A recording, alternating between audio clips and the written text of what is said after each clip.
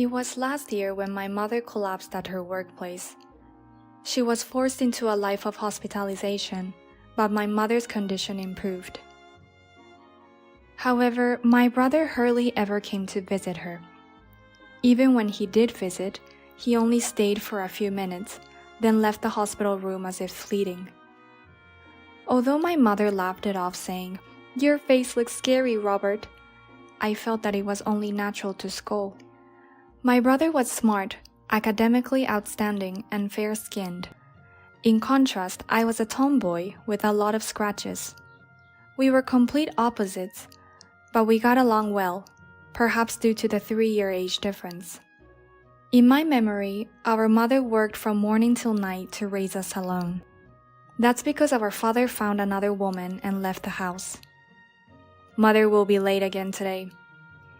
Instead of our late returning mother, Leon always cooked the meals. Our relationship changed about 10 years ago. That was when Leon got married. One day, I was introduced to my beautiful sister-in-law who announced, "We are having a baby." However, her personality was terrible. Single mothers are truly hard workers, aren't they? They seem to have to work tirelessly just to survive, don't they? Hey, don't make fun of mom. Scary! So, this is what they mean by a son raised in a single-parent household. Is this what they call a mama's boy? Despite of our first meeting, she said something like this. Why did my brother choose a woman like her? Is it because they had a child, so it couldn't be helped? After seeing off my brother and his wife, I asked my mother about sister-in-law. She only said, "Children need parents. I can't force them to divorce. They have a child." My mother probably came to that conclusion and chose not to say anything. But no matter how you look at it, that wife is not good. My feelings about this were confirmed.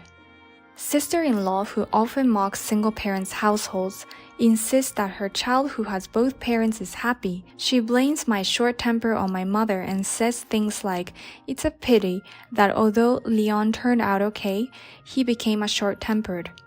Full-mouth mama's boy, it's totally the influence of being raised by a single parent, isn't it?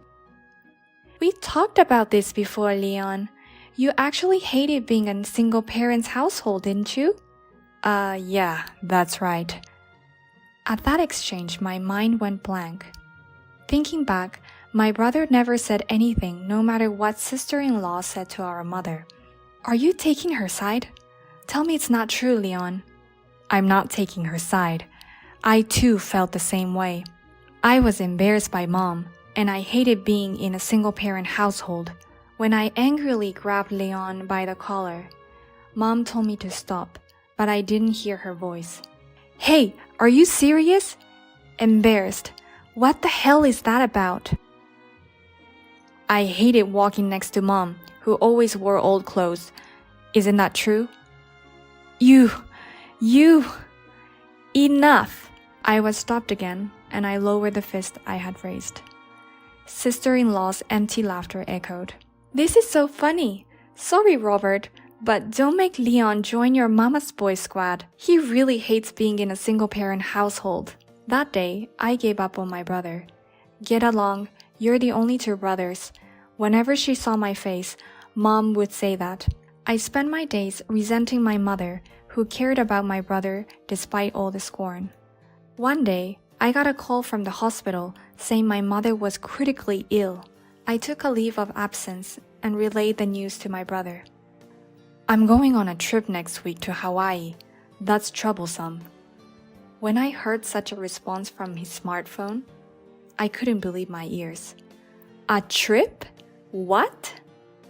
No, it's just so happened to coincide with my trip schedule.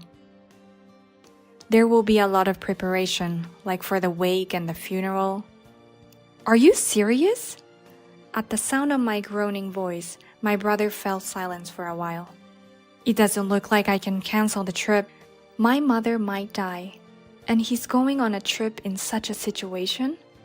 Something snapped, and I shouted, Well, then enjoy your trip. That's fine. Even if something happens, I won't invite you to the funeral. And hang up. Frustrated, I started contacting the relatives. I explained sarcastically, "Our big brother is apparently going on a trip, so please ignore him." The incoming call from my brother was displayed on my smartphone. When I finished contacting everyone and returned from visiting our mother in the hospital, he probably intends to complain. Someone in the family must have spoken ill of him and snitched. I had no intention of listening to him seriously, so I decided to say what I wanted to say. "Hey bro, remember how you laughed at mom for wearing old clothes? If it wasn't for your hospitalization costs, we could have lived well.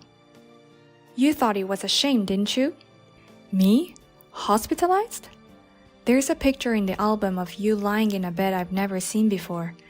I asked mom about it, and she said you suddenly collapsed when you were 6 and were taken to the hospital. You had a rare disease, and they didn't even identify it from the symptoms." It seems like my brother was trying to remember the past, insisting it was a lie. "Because of your rare disease, we had to admit you to a universal hospital. Even though we borrowed money from our relatives, it wasn't enough. Mom worked until she nearly broke down. When I was young, I was left with our relatives and heard about these events from them. It's so like mom, isn't it? She was told to dress a little better, but apparently, she said if she had money to buy clothes for herself, she'd rather spend it on her children. My brother seems to have forgotten not only about his hospitalization, but also about his illness. Mom had told me not to bring up painful memories, but at this point, I didn't feel the need to be considerate of my brother." "Do you still have that photo?"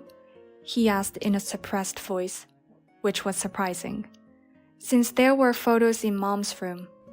I decided to take a picture and send it to him, just for the heck of it. Little did I know, things would take a turn the next day. The next morning, on my way to the hospital, my phone vibrated. I answered without checking who it was, only to hear my sister-in-law say in disbelief, "Hey, what did you tell Leon?" Her usual condescending tone was gone, replaced by a palpable sense of irritation and urgency. "It's absolutely ridiculous that he's suddenly canceling his trip." I was taken aback. According to my sister-in-law, who wouldn't stop talking, my brother declared this morning that he wouldn't go on a trip. When she screamed back at him, "Who's going to drive the rental car?" he simply responded, "Then I guess we'll have to cancel it." He seems to have left somewhere quickly after causing this ruckus. "You mother's boy, you must have said something." "Ah yes, well the mother boy you're talking about has an important task of visiting mom's sick room, so I'm going to hang up this pointless call." I politely rebuffed her and turned off the phone entirely. But there was an even more shocking sight waiting for me when I arrived at the hospital room. "What are you doing, brother?" My brother was on his knees on the cold hospital floor, sobbing. Thankfully, this wasn't a shared room.